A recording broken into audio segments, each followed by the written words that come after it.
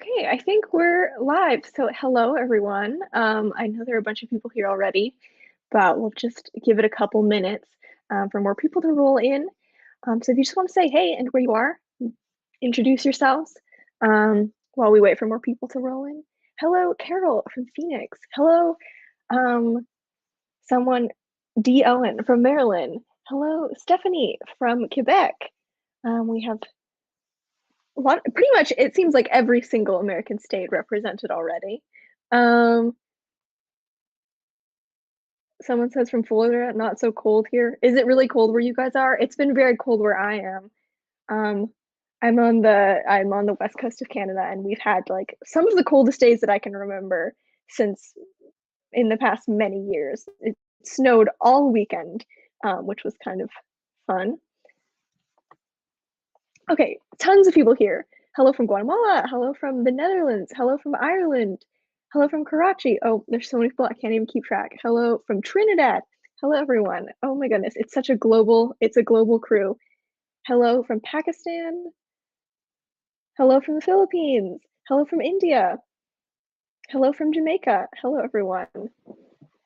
All right, we'll still give everyone a couple more minutes since this was supposed to start on the hour. So some people might be cutting it slightly close.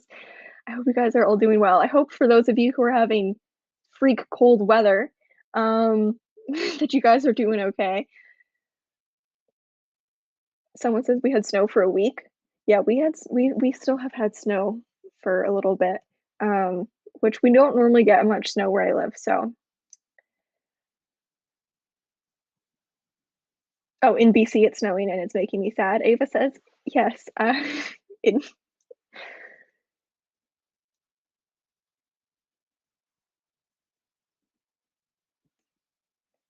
okay, we'll start in like 1 minute. Um, Nothing but sun in Barbados. Oh, good for you. I'm glad you are enjoying the sun while the rest of us are freezing. Hello from Portugal. I assume you've got nice weather there as well.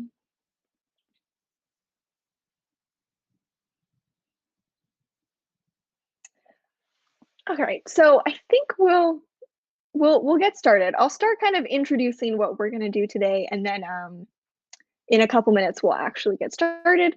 So if you guys have been to any of these workshops before, you know the drill. Basically, there's going to be a little presentation on an aspect of writing. Today we're talking about short stories, which I am really excited about because short stories are one of my favorite aspects of writing.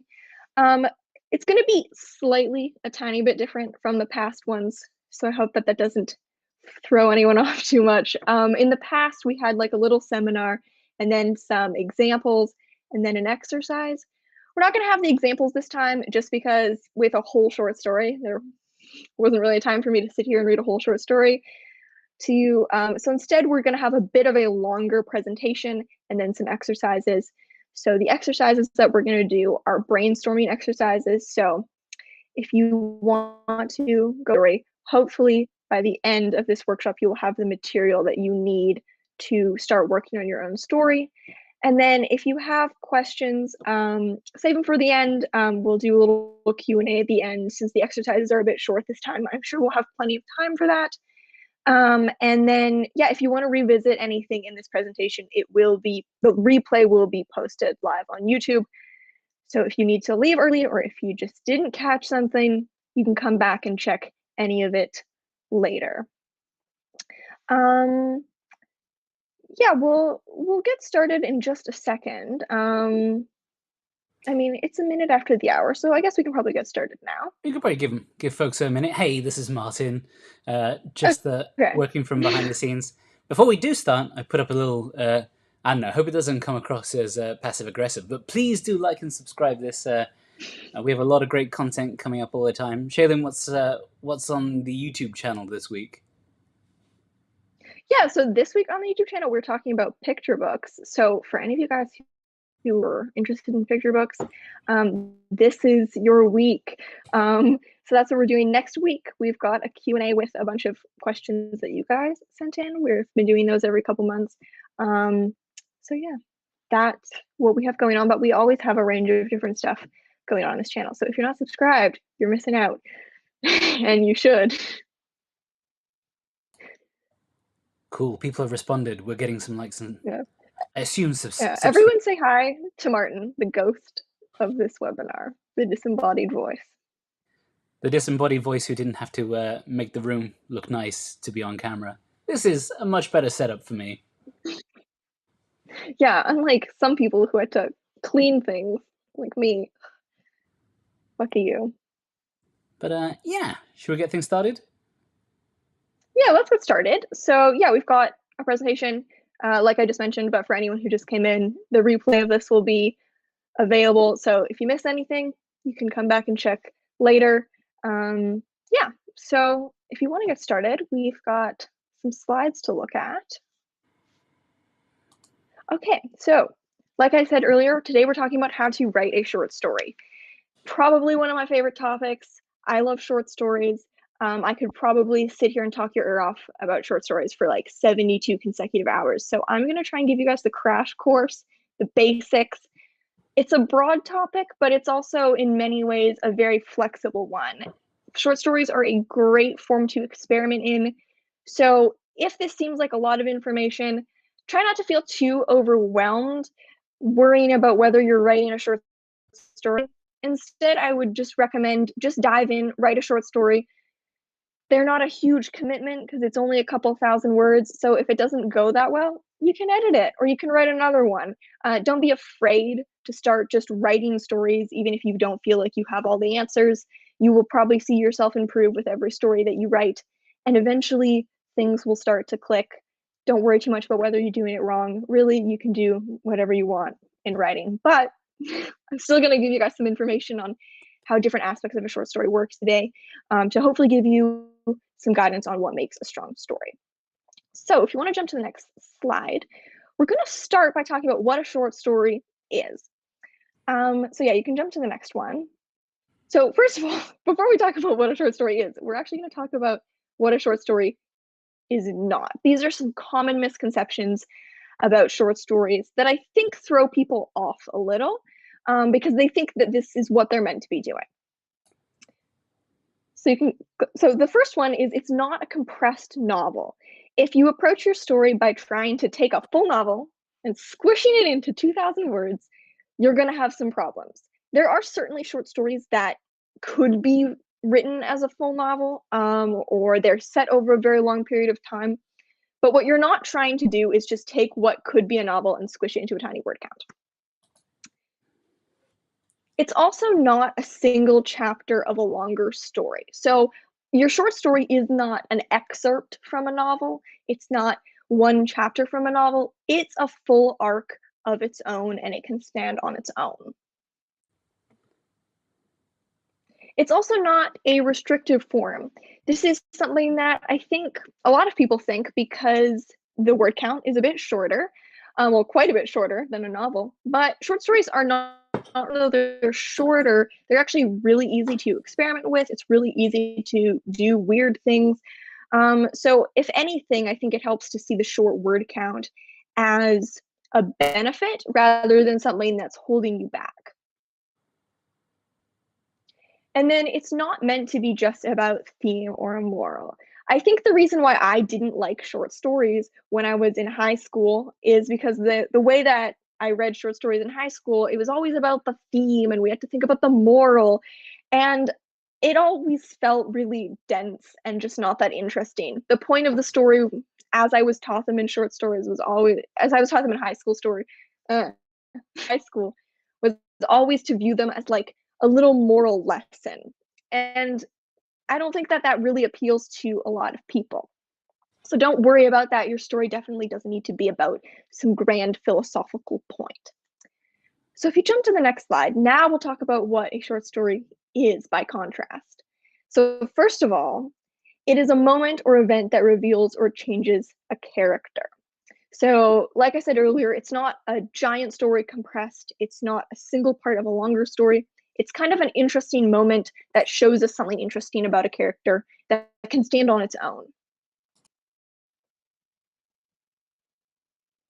It also uses minimalism and compression to its benefit. So like I said on the last slide, it's not a restrictive form.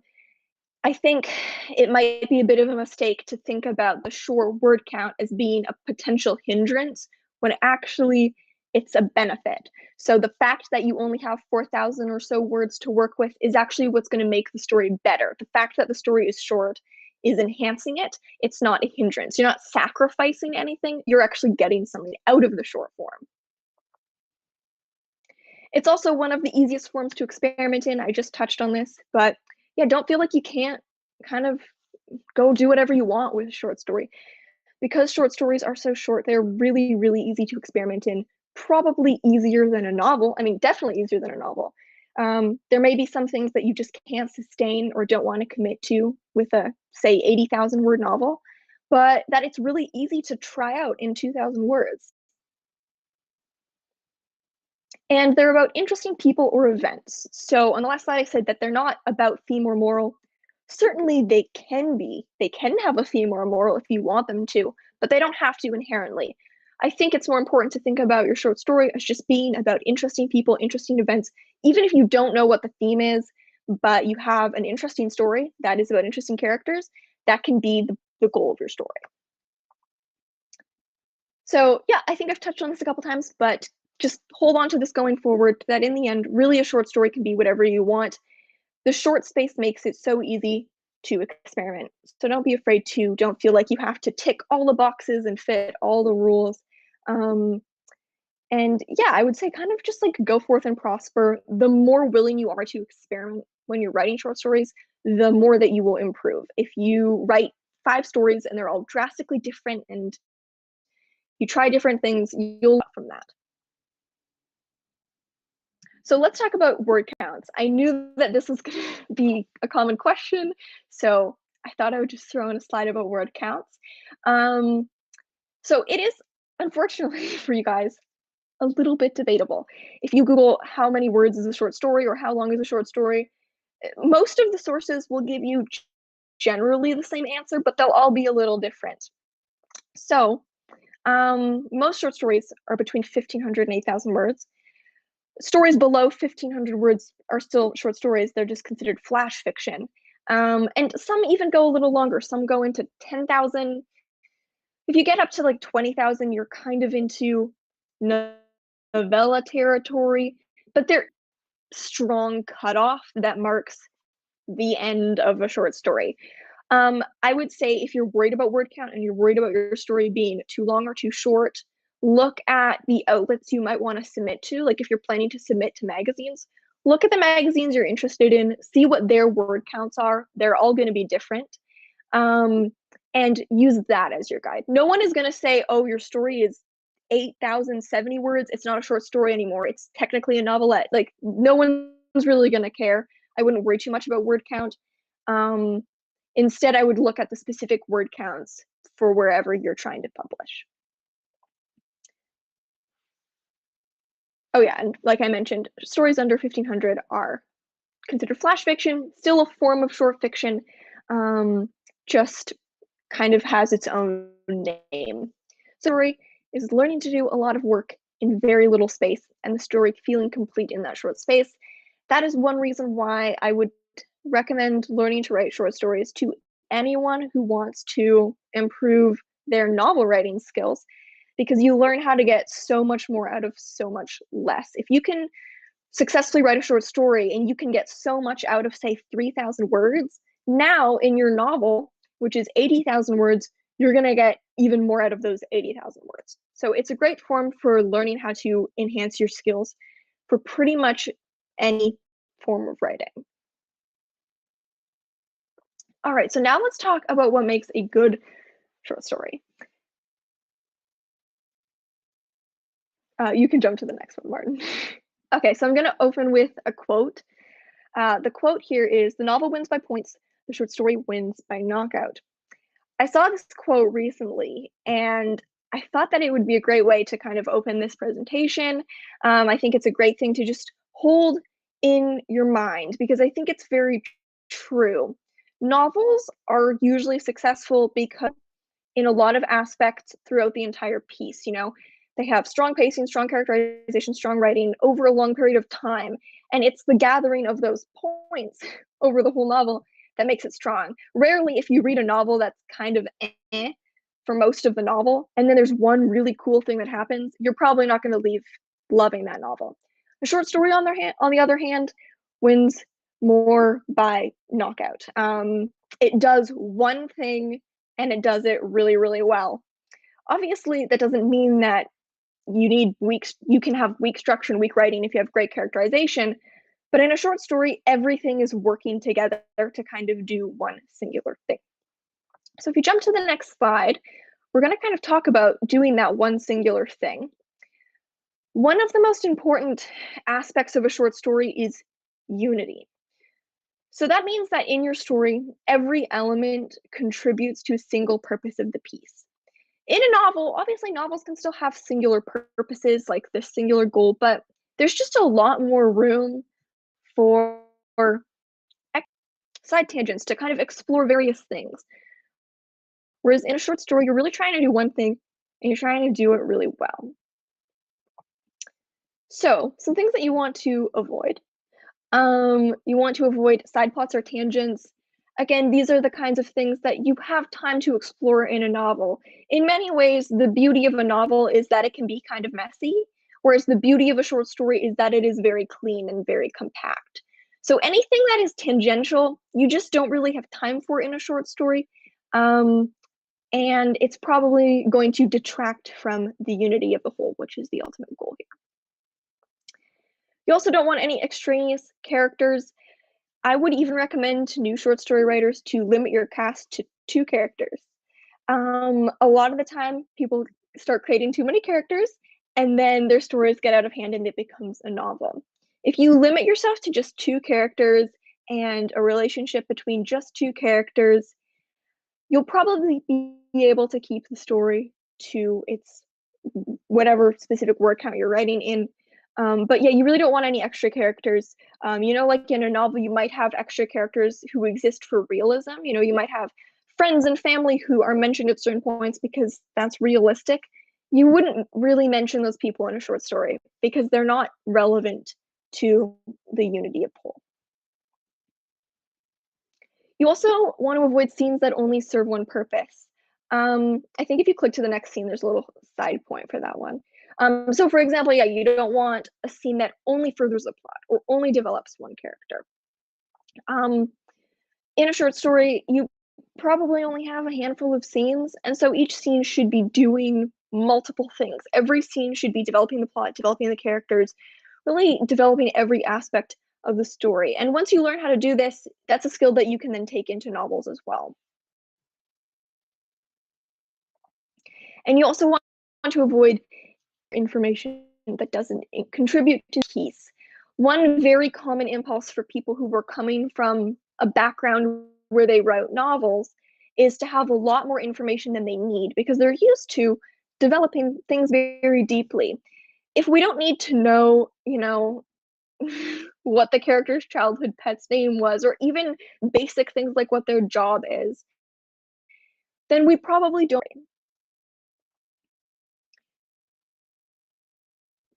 I think there's one more point on this slide, Martin.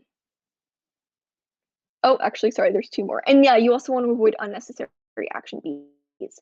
So in themselves, especially in the dialogue, having unnecessary beats, so things that characters do, extra beats of dialogue, you want to avoid that. You really do want to aim for very concise scenes. So kind of as just like a little summary point, for every scene in your story, for every paragraph, for every detail, you can ask yourself, does this teach us something that enhances the piece? If it doesn't, you probably don't need it. This is especially something you can look at when you're editing your stories.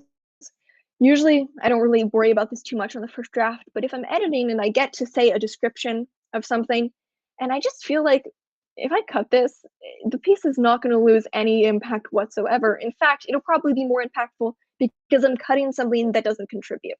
So just ask yourself, does this enhance the piece? If it doesn't, you probably don't need it. Okay, so what is a unified story? So we talked about some things to avoid. What do you want to look for? So ask yourself, which details and events reveal the most interesting aspect of my central character or their relationship? Usually in a short story, you want to identify something very interesting about your central character. We'll talk about this a little more when we talk about character in a second. So you're trying to ask yourself when you're choosing details and you're choosing scenes, details and scenes that reveal that very interesting thing about them. You want to ask yourself if you can replace a few weaker images with a single impactful one. A paragraph of not very impactful images, not very interesting images, doesn't really do much. A single impactful image, one really strong, interesting image, can really, really pull its weight. You want to ask if you can compress the timeline any further. I will tell you guys a brief anecdote about this one. So, in a short story, you would ideally want the timeline to be as short as possible. The longer the timeline is, the easier it is for the story to become confusing, and the more that you'll just start to lose tension from there being like narrative slack. So, in the first serious short story that I ever wrote, this was quite a few years ago, this was like 2016. I was working on my first serious short story, and it was about twins who were burning down a cabin. And for some reason, I don't know why, I decided to have the inciting incident of the piece, which was them deciding to go burn down the cabin, happen 3 months before they went to burn down the cabin, which is super weird. Like, the fact that they were like, "Oh, yeah, circle the calendar, book the day off work. In 3 months, this is the day we're gonna go burn down the cabin." It was really bizarre, and as a result of this really unnecessary long timeline, it was really confusing. The timeline was super confusing, and we just lost a lot of tension. So when I revised the story, per my workshop suggestion, I just had them decide to go burn down the cabin and then immediately go do it in the same night.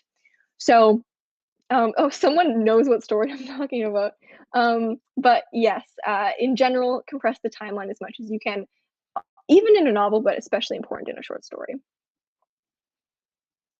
Ask yourself which point of view and form is inherent to the story. We'll talk about form in a second, but in short stories, it's really easy and sometimes even necessary to play with form, and do interesting things and try to make the most of the formative choices that you make, right? So sometimes even the difference between telling a story in first person or second person or third person can make a huge difference in a short story in terms of what you're able to reveal. And how can the various elements of the story, so the point of view, the setting, language, characters, plot, etc., support each other? Again, this is kind of the whole thesis of this slide, but everything should be working together to do one, to achieve kind of one central goal.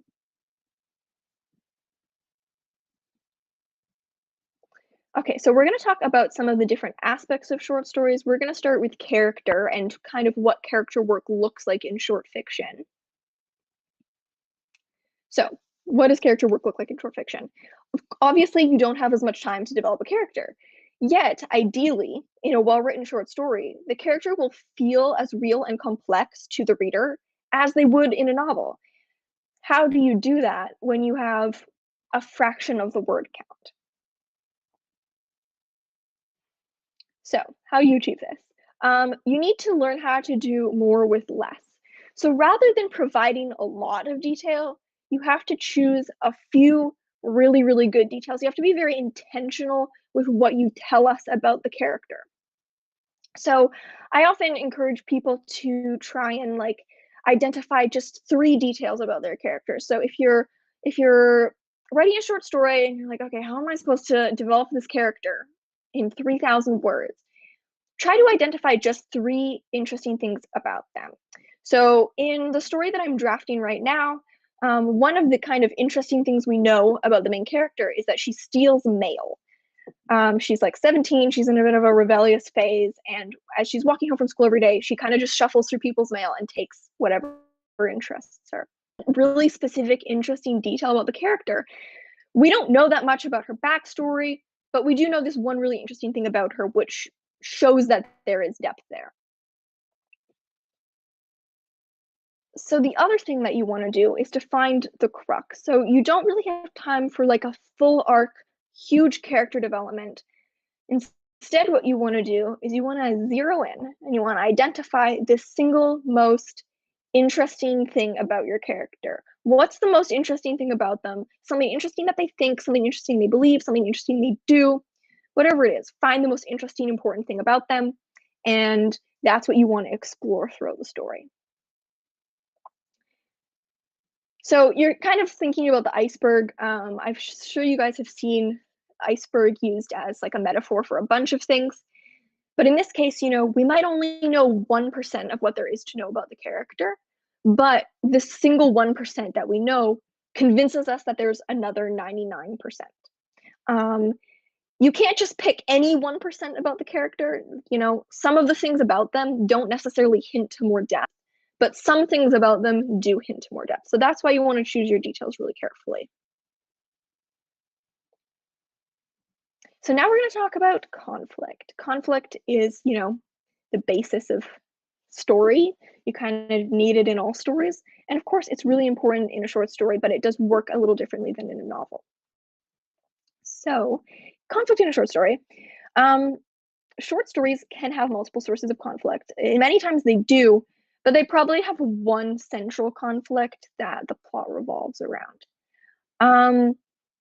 In contrast to a novel, okay, sorry, Martin, you can jump to the next point. In a novel, the conflict will probably evolve quite a bit. In a novel, you have kind of like a whole series of obstacles, setbacks, failures, successes that develop the conflict, and the conflict's probably going to change and evolve quite a bit. In a short story, it's probably not going to. You'll kind of just get a single goal. There's a single opportunity to achieve that goal, not a single conflict, but like a single core conflict. And the story will really just be unpacking that one conflict.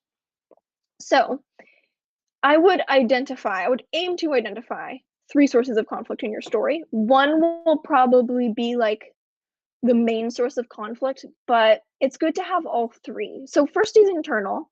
So this is an internal belief or flaw that keeps the character from getting what they want. What I said earlier about the crux of the character, it's probably their internal conflict. So next up would be interpersonal. So this is conflict with another character or characters that keeps them from getting what they want. In short, of like villains, rather other characters are just antagonistic forces because somehow they conflict with whatever it is the character wants. And then finally, you would have societal. So this is pressure from society, from the setting or the environment that keeps the character from getting what they want. So yeah, like I said earlier, one of these will probably be the central driving force, but you usually do want to identify all 3, even if 2 of them are subtler or more in the background. I'm just going to take a pause for 1 minute because I've been talking at breakneck speed about short stories. So now we're going to talk about structure. I think this is a really common one that people wonder about because if you can characterize well in a short story, you can probably characterize well in a novel and vice versa. It's a similar skill set. Structure, though, I think throws people off more because obviously structure is going to work really differently in a very short piece as opposed to a full novel. So let's talk about how it works. So what you don't want to do in a short story, use something like the hero's journey or save the cat, or honestly, even the 3-act structure. Short stories don't really use these kinds of narrative structures. If you tried to, you'd probably just get a headache. It would be difficult. The only time I would recommend someone use, say, the hero's journey in a short story is if the story was like specifically meant to be a commentary or a parody of the hero's journey. Don't worry about it.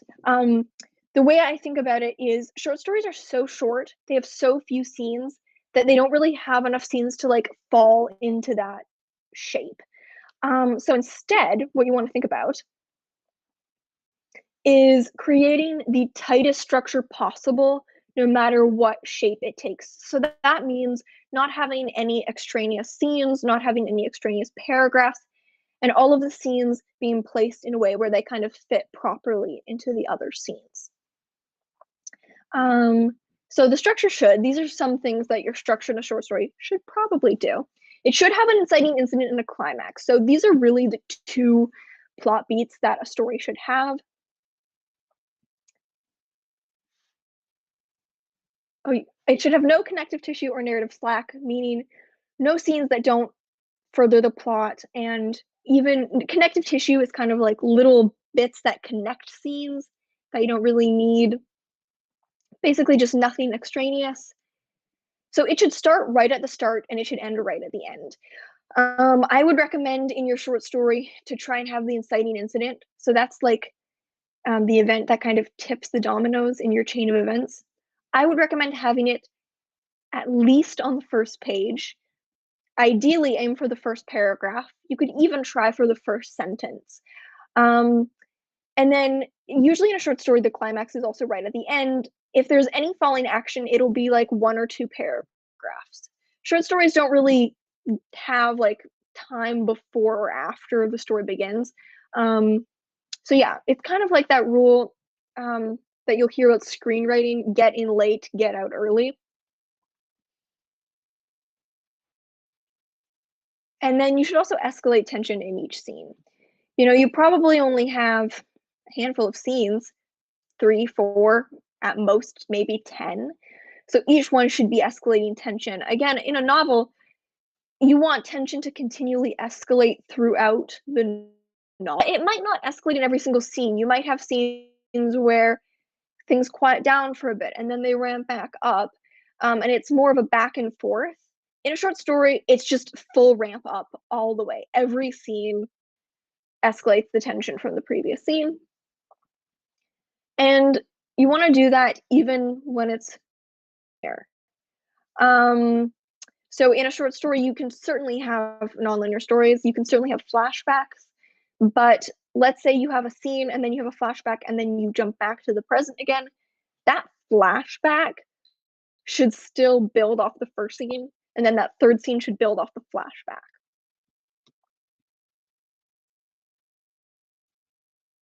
Oh, there's more on structure. I forgot there was another slide here. Okay, so yes, stories can take any shape. The structure often looks like this. I'm gonna read you guys a bit of almost a template. Your story doesn't have to adhere to this. It certainly doesn't have to, but if you're new to it and you want a bit of guidance, you know, come back to the replay, find this slide, and see if you can fill this out with your own story. So a story often looks like a character who wants something due to an internal reason, and they're faced with these sources of conflict: internal, interpersonal, and societal. The story begins with an inciting incident that gives them an opportunity to seek their goal and will allow for an exploration of their internal goals and flaws. This causes a chain of events, usually only a few events, resulting in the story's climax, where the character makes a choice or has a revelation that reveals something critical about them. That's essentially the base form of a short story. It's quite simple, and it's also very flexible. You know, you can mold this to fit a very wide range of stories. So let's talk also about form. I believe this is the last one before we get into some exercises. Um, so, okay, form in a short story. So the form you use to tell the story is as important as the story itself.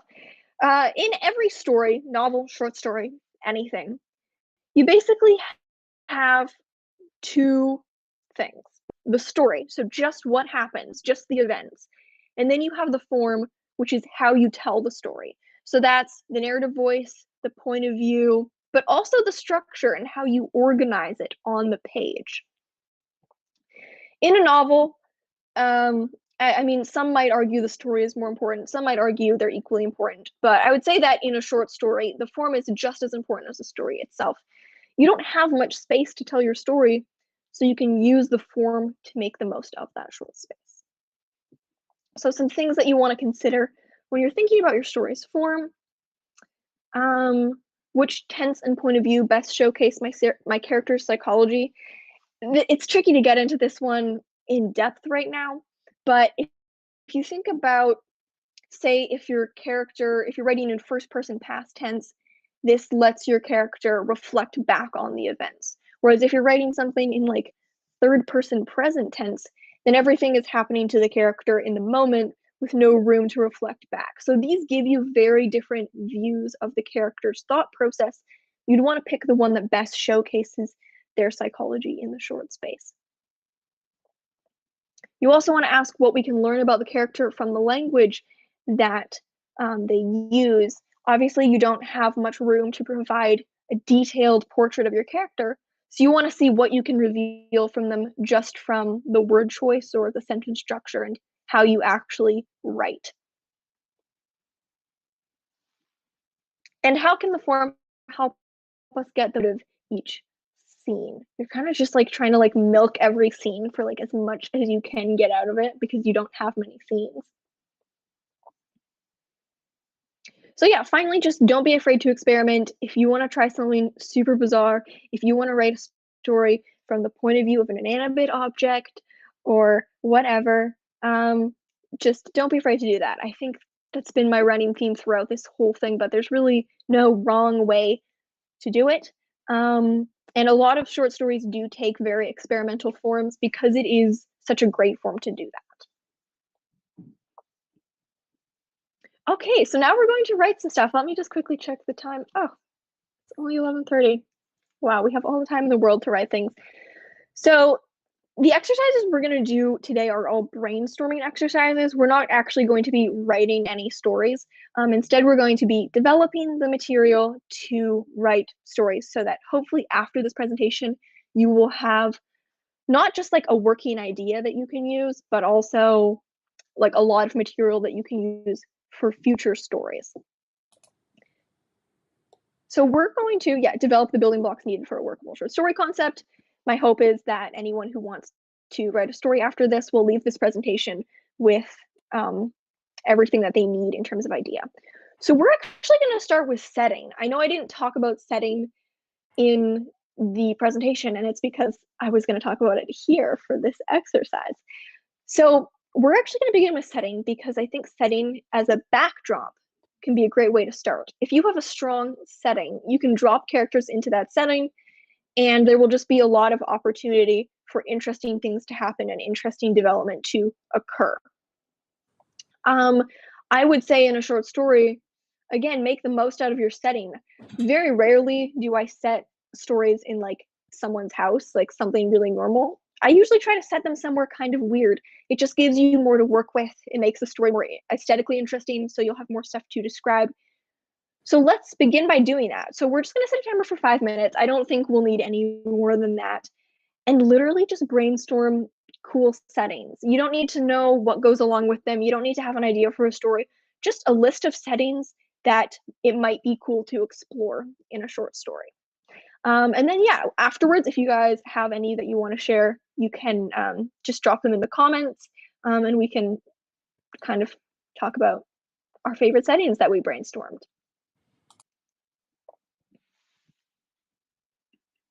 I think Martin's going to pop up a timer. Oh yeah. But yeah, this is not going to be super long. I think any more than 5 minutes and it'll be a bit excessive to just write down settings. All right. Well, if everyone's ready, I'll put 5 minutes on the timer. See you on the other side.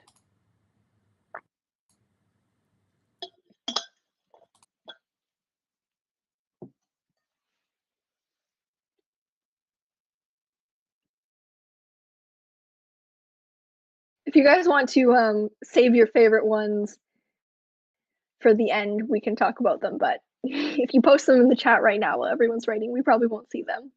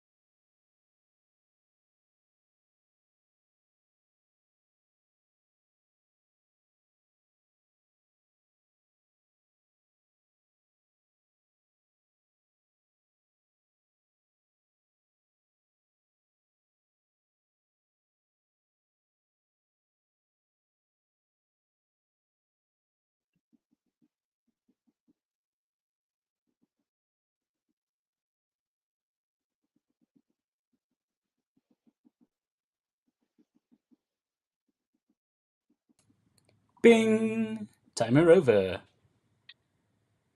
Hello, everyone. Okay, there are so many. Oh my goodness. I saw some of them appearing while I was writing, and so many of these are so good. Um, I just saw a robot circus. So good. Inside a zoo, in a fridge, hair salon, it's under a motorway. A lot of these in a decaying orbit into Saturn's rings. A Halloween party hosted and attended by diplomats. Carnivals are always really fun. Can't go wrong with a carnival. An orchestra, also a fun one. On a ferry in Puget Sound, good one. Yeah, in a decaying orbit into Saturn's rings. That one also stood out to me. That's really cool. Coffin underground. Just like a whole story about someone in a coffin. That would be a really good flash fiction.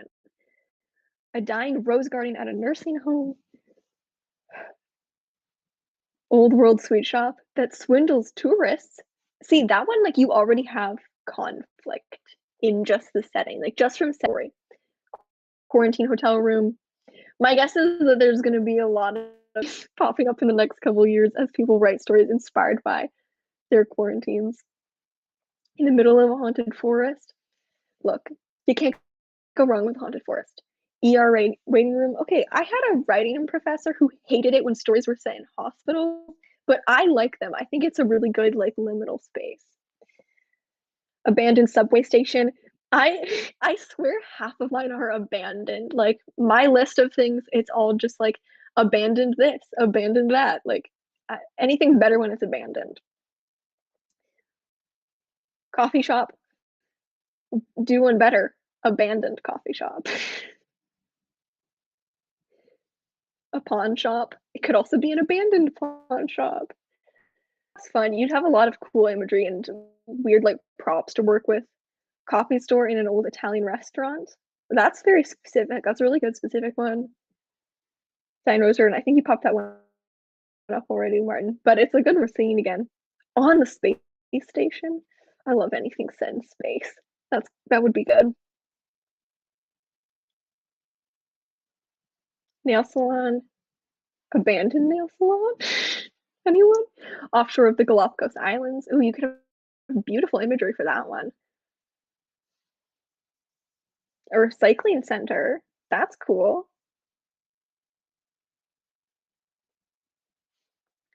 Ghost town. See, it's abandoned, the abandoned quality.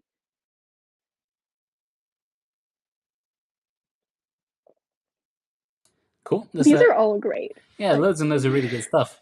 I guess if it's an there are abandoned literally location, like hundreds, but they're all amazing. the abandoned location, you don't have to worry about too many characters, I guess. Yeah. I got really into like thinking of abandoned ones like near the end, just because I realized everything's better when it's abandoned. I was thinking like I wrote on mine as post-apocalyptic. So I said post-apocalyptic department store, post-apocalyptic Costco. I have this weird thing where in the apocalypse I want to go hide out in a Costco. And I thought post-apocalyptic laser tag. Like, you're in the apocalypse, everything is abandoned. You go to a laser dome, and then I don't know, maybe there's zombies or something. I just thought that would be fun. As a guy who was forced to do too much laser tag when I was a teenager, that is definitely my picture of hell. Yeah, it sounds like it would be terrifying, but Cool. Do you want to do the next one? all right. All right, yeah, let's do the next one. If you guys want to, I know a lot of people posted theirs in the chat while we were doing the exercise. If you want to save them for the end, might be a bit easier. But I guess that's up to you. But if you post them while the exercise is going on, they will probably get buried. So Yeah. yeah, maybe just write them to yourself and then share your favorite at the end. Plus, I noticed So that. we're gonna kind of. Sorry, I noticed at the Oh, sorry. What was that? beginning when people were posting as they were writing, we got all the toilet suggestions out of the way, and then the good stuff came at the end. Well, it's like the rule to write. You have to write like your worst ideas to get through to your best ideas. So list exercises like this are good for that. Okay, we're gonna kind of build off that. We're gonna do the same exercise, but with character or character relationships. So don't worry about your settings. We'll come back to the settings later. Just put them aside. Just think about character. So I know earlier I gave that example of a character where something interesting about her was that she steals mail. You're kind of looking for interesting character traits like that, or an interesting detail about a character relationship. So literally the exact same thing, but we're just going to zoom in on character, and then at the end we're gonna bring it all together. But we're gonna look at everything individually for now. So yeah, we're gonna do same thing. We're just gonna do 5 minutes again. Um, Obviously, feel free to carry on this exercise if you feel like you need more afterwards. But I think for now, 5 minutes will be good. We already got like some pretty brilliant genius settings in just 5 minutes. So let's see what we can get with character.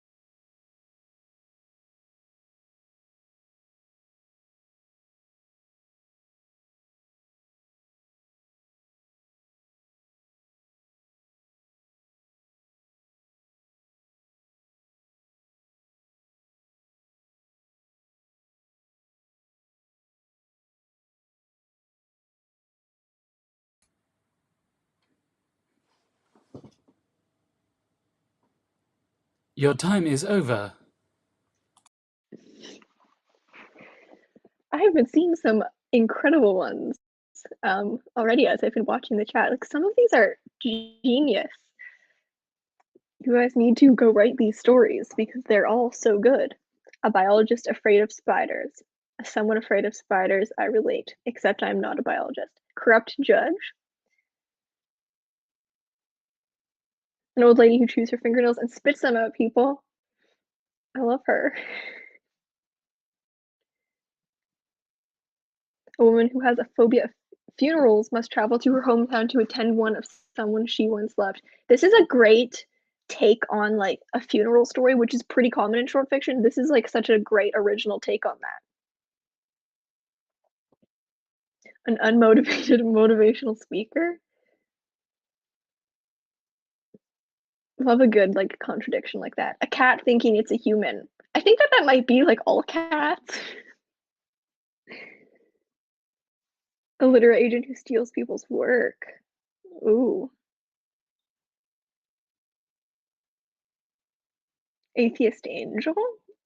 See, anytime you can get like a lot of the little like ones that seem to contradict, like they're oxymoronic, are really interesting. Girl who collects pens. See, that's really interesting because it seems kind of normal, like, collecting pens. But if you get into the background of like where she gets them and like what they mean to her, it could be quite interesting. A spy captive in 50s USSR. Ooh, that's interesting. Nurse with crushing imposter syndrome.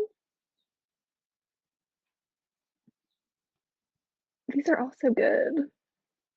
A lawyer that is a compulsive truth teller.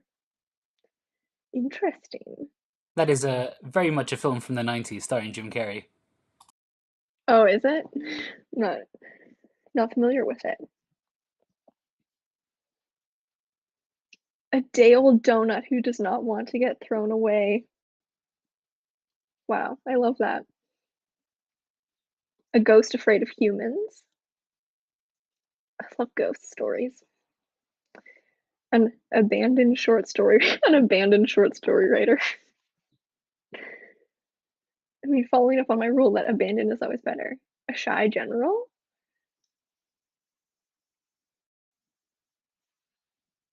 An intensely curious mail deliverer that writes/speculates about people on her route based on mail. See, this is literally like that's a story. Like that's basically a full story that you have there. That's all you need. You could turn that into a story right now. A debt collector with kleptomania. Interesting. Ballerina who tries to sabotage her own career. Interesting. These are also interesting.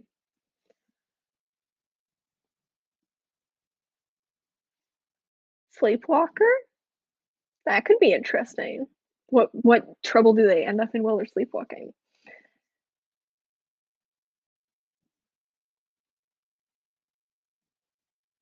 Captain who must disobey a command. Interesting. See, there you've already got conflict. Like that's like turning into a situation. Like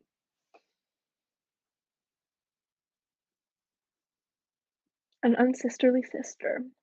I love a good sibling relationship in a story. You really can't go wrong with a good sibling relationship. A writer living through the apocalypse and has been abandoned. Once again, anything better when abandoned.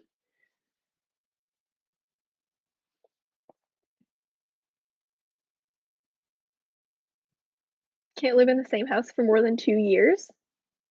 Interesting. I feel like that happened to me unintentionally for a while.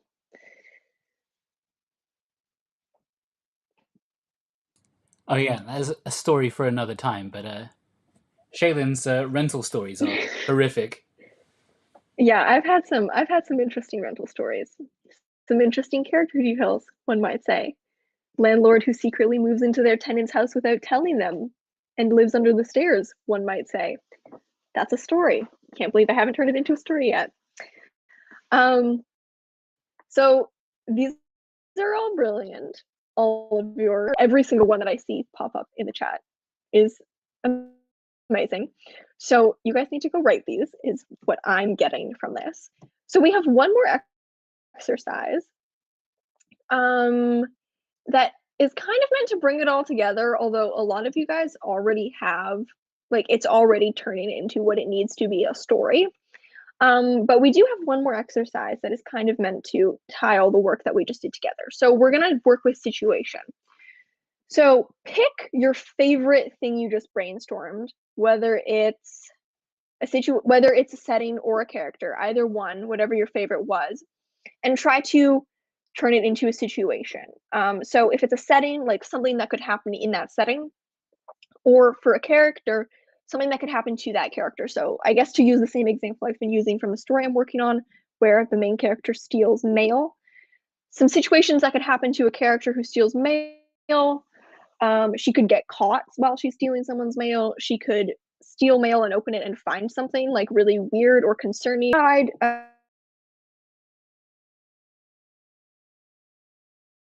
Led her to that. None of those are actually even the plot of the story, but it just shows that there's a lot of options that you can work with. So pick your favorite thing.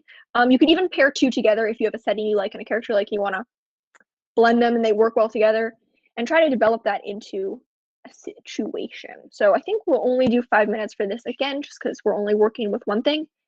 And this should basically give you, this should basically give you a story.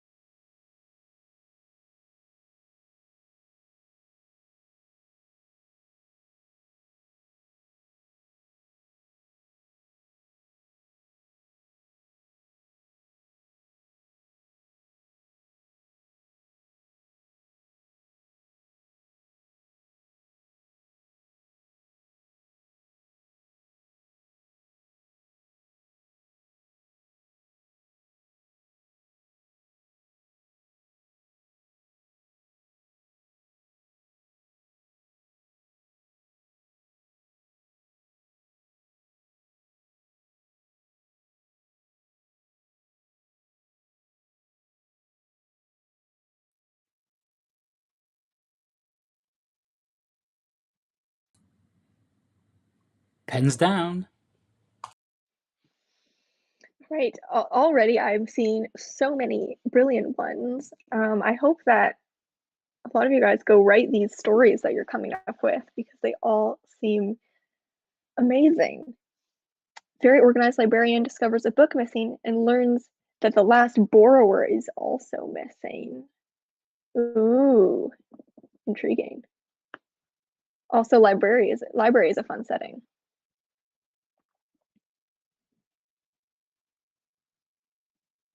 A young boy who almost died in a hot tub is revived. Ooh, love a good near-death experience story. Morally ambiguous non-vegan is tasked with defending veganism in a school project. Love a good morally ambiguous character.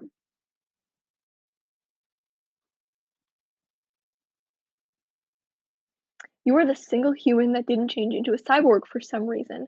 All cyborgs shut down and you're the only one left. You should write that. That's a really fun like sci-fi concept. A woman meets a stranger she just dreamed about the night before. Very cool.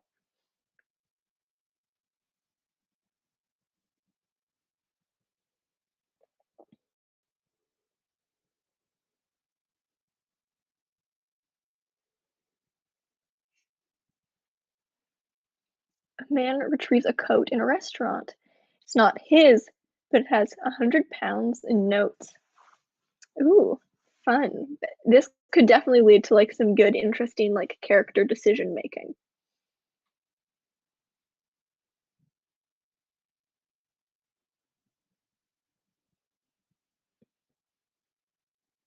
So many of these are so cool. A twin goes to a nursing home to visit his mother, who has dementia, after years of staying away seeking forgiveness. She mistakes him for his dead brother and is very happy to see him. Oh my god. That could be really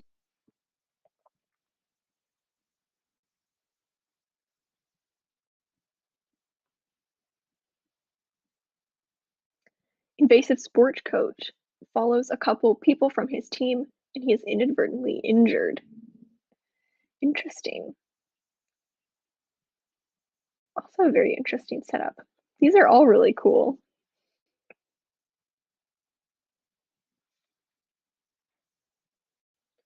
A man who is dumb but lucky survives a hurricane. I love characters who are dumb but lucky. Plus hurricane, fun setting. I mean, it's not fun, it's terrifying, but it'd be cool for a story. A flying carpet looking for its family in a war-torn village. Okay, I love that. From the point of view of a flying carpet, I've never seen anything like it, but it's brilliant.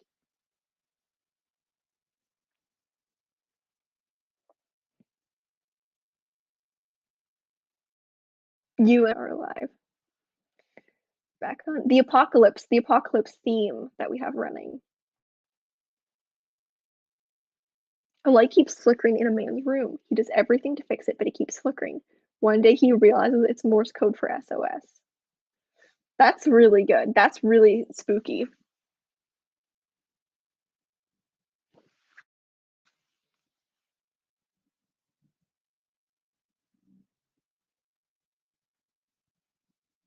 Yeah, someone says, please write that.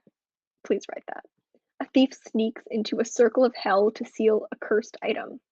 You know, that could even be a novel, like, but if you can pull that off as a short story, that'd be really fun. I feel like there are a lot of ones about thieves, thieves characters. Two boys decide to pitch a camper tent at the bottom of their swimming pool. That's a fun setting.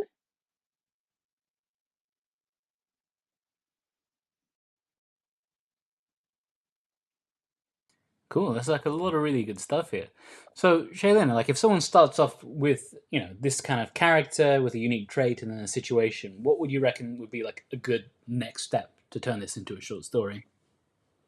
Well, glad you asked that if you want to go to the next slide. Um, what do you do with all of this? So you have a lot of material, right? Um, Probably way more than can fit in one story. I mean, God knows how many settings you guys have. So basically now you have a bank of material you can reference. Some of those details on their own can develop into a story, like some of the settings that you guys posted or some of the characters on their own, like that was a story. Others might pair really well together. You might have a great setting and a character, and you realize that those things kind of speak together, and that can become a story. And so then I think there's one more point on this slide. Oh no, there's more than one. So what you want to do, put a character or set of characters in a setting to create a situation, and then what you want to do is give the character an external goal that reveals an internal desire. A situation on its own isn't a story. It becomes a story when the characters have goals and there's the potential for change and development. So in whatever it is you want to work from, whether it's one of the situations, whether it's one of the settings, whether it's one of the characters, if you can find that opportunity for change, find something really interesting about your character you want to explore, then you will have a story. When you're actually drafting your story, they there are different ways to go about it. Personally, I don't think you have to outline a short story, especially. A lot of the time when I write short stories, I don't really know what I'm doing when I begin them. They're short enough that you can kind of explore them as you go, and they're not too overwhelming to edit. But if you have like a really clear vision for the story, or you feel more comfortable outlining, it's also totally a great it's a great option to outline your story first. It's probably only a couple scenes, so whether you want to give yourself a roadmap or just explore it, both work well.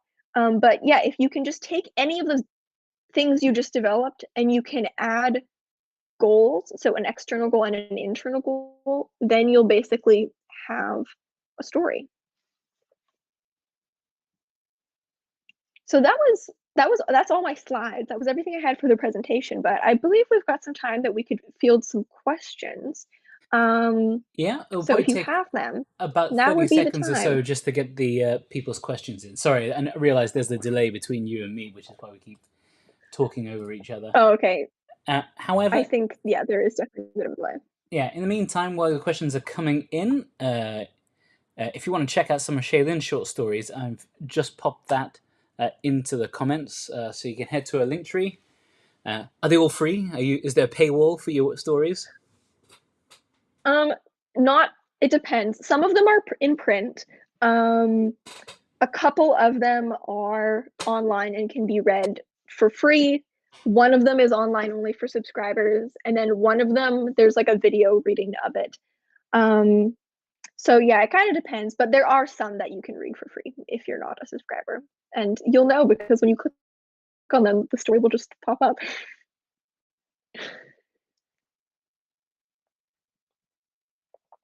Sorry, there's some questions here. I'll get to. All right, first one. How do you publish short stories? Great question. So there are different options. If you're just wanting to publish stories individually, you're probably looking at publishing them in literary magazines. There are so many literary magazines out there, and I definitely recommend publishing in literary magazines. They do great work for the literary community, and for the most part, they really just do it out of like love for the craft. It's not exactly a lucrative business model. So what I would recommend would be to start by finding magazines that fit your style of work. Um, if you write sci-fi, just Google science fiction literary magazines, et cetera, depends on your story. There are a lot of places to find resources to publish them. Like we have a short story directory. I don't know if you want to pop our Lit Mag directory in the comments as well, Martin. That would Yep. probably be a useful one. But once you kind of have identified some stories, some magazines you want to submit to, the process is actually really, really straightforward. So basically what you do is you just go to the magazine, you go to their submission guidelines, read their submission guidelines, follow them carefully, and most magazines accept submissions through a platform called Submittable. So you just make a Submittable account and you can submit your story through there. You'll need like a cover letter, kind of like a query letter for a short story, but it's way simpler. You don't have to like pitch what the story is about or anything. You basically just say, editor, you say, I'm submitting this story, it's unpublished, it's this many words, it's a simultaneous submission, and then you just do a little bio. So you say like I'm a writer, I'm from here, my work has also appeared in these magazines, or if you haven't published before, you can just say, if published, this will be if accepted, this would be my first published piece. And that's it. It's really quite straightforward. And then you basically wait. It can take a really long time. It can take many, many months for them to get back to you. So you've got to be patient and you've got to be willing to accept some rejection. But if you kind of just keep at it and make sure that you're submitting to magazines that take the style of work you're writing, so read them and see if you're a good fit, then you'll get there eventually. There's definitely, you will get rejected along the way. That's kind of just part of the fun, I guess. Any advice for someone editing short stories, developmental and line editing? Editing a short story can be a bit of an overwhelming task. I would definitely recommend that you get someone to read it, critique partner, or if you have a workshop or anything. It can be really hard with a short story to just edit fully on your own without getting an outside opinion. I think you can edit it almost in a similar way that you would edit a novel, where you go in and you do the developmental changes first, and then you line edit it. When you're line editing, you really want to look for anything that's extraneous, cut any extraneous words, and really ask yourself, is this pulling its weight? Like if you get to an image and you just like on it, you just don't think it's doing much, see if you can lift it up a bit. With a short story, you only have what, 20 pages of content, so might as well make every sentence full. So I think the editing process of a short story is very much one of like fine tuning and making sure that every single sentence is as strong as it can be. There's been a few on this point that you brought up earlier about having as few characters as possible. That's probably worth rounding up again, just briefly. Yeah. So honestly, the reason is just because the stories are short and it's really easy for them to become overcrowded. There certainly are stories with huge casts. Like if you've read any of Alice Munro's work, she has some stories with like so many characters. But for the most part, her stories are also often quite long. For the most part, you kind of just don't have the space to develop 5, 6, 7 plus characters in a short story because you just don't have much space. And every character you add introduces like a layer of complexity, a layer that you might not be able to kind of fit into the short word count. It doesn't give you as much time to develop the characters that you have, and it might not contribute to that unity of the story. So that's kind of why you want to have so little characters, is quite simply just because it's a little story. You don't want to overcrowd it. You want to give everything room to breathe. So you can have larger casts, especially if you get into the upper echelon of word count, like 7,000 words or so. But honestly, like sticking to a cast of 2, 3, 4 will probably serve you quite well. A few people have asked this one. Tell me, what is the good way to end a story? Stories and endings can be tricky. You can certainly have an open ending if you like. I think the best way to end a story, and I can't believe I have a solid answer to this, is to have your character make a choice.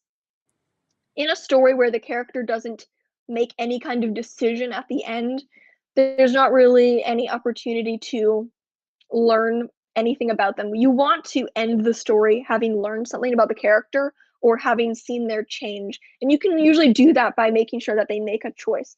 So yeah, make sure, give your character the opportunity to make a decision, have them make a decision, and that should usually be a pretty strong way to end a story. And then if you're talking like last line, last paragraph, trying to like hone in on a good image, maybe an image that is like central to, or metaphorical in the story, is a good way.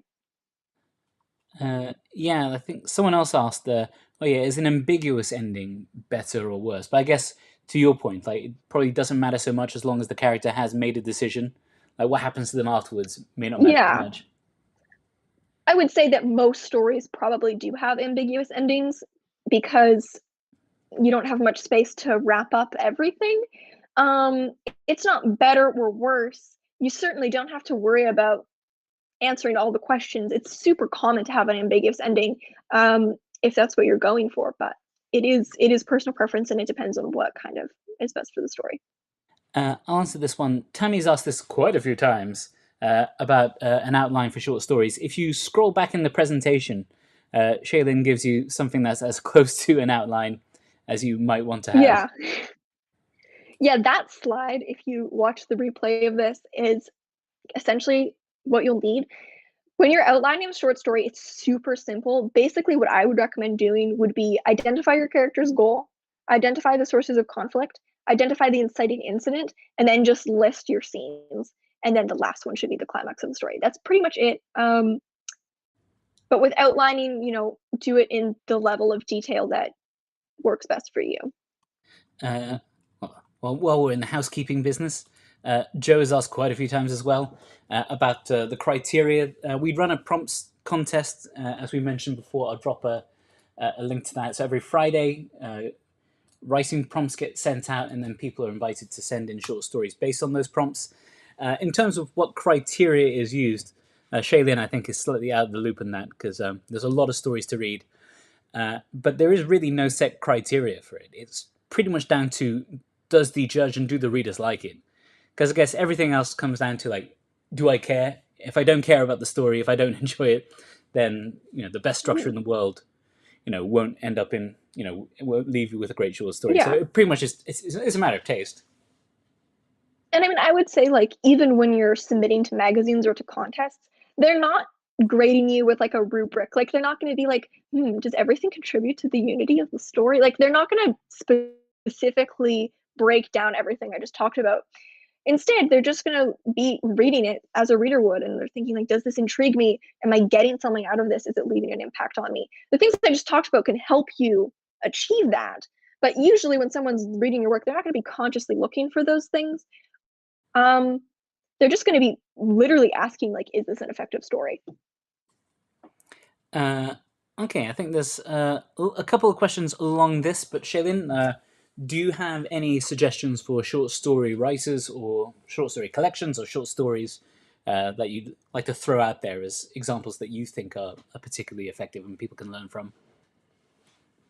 Oh, well, I mean, it depends on what, like, style of story you're interested in. Reading magazines is great. Like, there are a lot of online magazines that you can read for free. Ones that I read frequently, I read Joyland a lot. It's a good one. I read The Puritan a lot. I've had a couple stories in The Puritan, and so I keep up with them, and I really like the work that they do. They're also online, and you can read them for free. In terms of collections, what collections have I read recently that I would really recommend? One second. Give me a moment. I keep a list of collections I'd recommend. Um, I mean, reading work online is great because, first of all, it's free and you can read from like a huge range of authors. The New Yorker also, I mean, kind of a classic one. They have a podcast that's really good, where authors read a story from the New Yorker archive and then they like discuss it afterwards. So it's really great if you kind of want to have someone read you a story and then get like some breakdown on it and maybe why it was effective. So that is a great podcast. Okay, in terms of collections, I would definitely recommend Verge by Lydia Yuknavitch. That one came out last year and it's got some really weird, funky stories. It's really good. Um, Lauren Groff is really great. She has two collections. Delicate Edible Birds is really good if you want to write longer stories. Like, the stories in that book are very like, they're almost like mini novels. They're really detailed. And then her other collection, Florida, is really great. I really like this collection called Mouthful of Birds by Savannah Schweblin. It's kind of like got a bit of a horror edge. If you like kind of dark, freaky horror stuff, it's a good one. What else is really good? A Wayland by Ramona Ossabal is good. And then there's one other that I was thinking of. That now I forget the title, but I know. Oh, one second. Sorry, I'm looking at my list of collections I've read. Where is it? Heads of the Colored People by Nafisa Thompson Spires is really good. There are lots of good ones. I mean, one thing that I think is a great practice is read stories online. If you find one you really like, see if the author has a collection out and then read their full collection. Cool. It might make sense because people may have missed some of this, but Shaelin takes care of our Twitter account as well. So if you follow us on Twitter, maybe Shaelin can drop a couple of recommendations in that shortly after this. Yeah, if you want book recommendations, I do enjoy giving them. So if you want to know like specifically like what's a good short story or a good collection for this, um, I will try to give you some recommendations. Cool. I think that's about our time. Uh, People asking to look back at the slides, but this video is going to be available forever, as long as YouTube is a thing and we haven't been shut down for some reason for Yep. spreading propaganda. You'll be able to just scroll back through and see all the slides in place. Anyone who signed up on the Eventbrite will be sending you out uh, basically a copy of the link as well. And it's good that we have our next Reedsy live in just 2 weeks, where Becca Heyman's back with Jennifer Udden, one of our other editors, and they're going to be doing a hook critique where it's more focused at novelists. So the idea that when you query an agent or a publisher, you really should have a hook, like 2 sentences that really like get people interested in your novel. So you have the chance to submit the hook for anything you might be writing. Ideally, should be something you're working on, but if you just want to come up with a hook and have them critique that, you can kind of slide those in.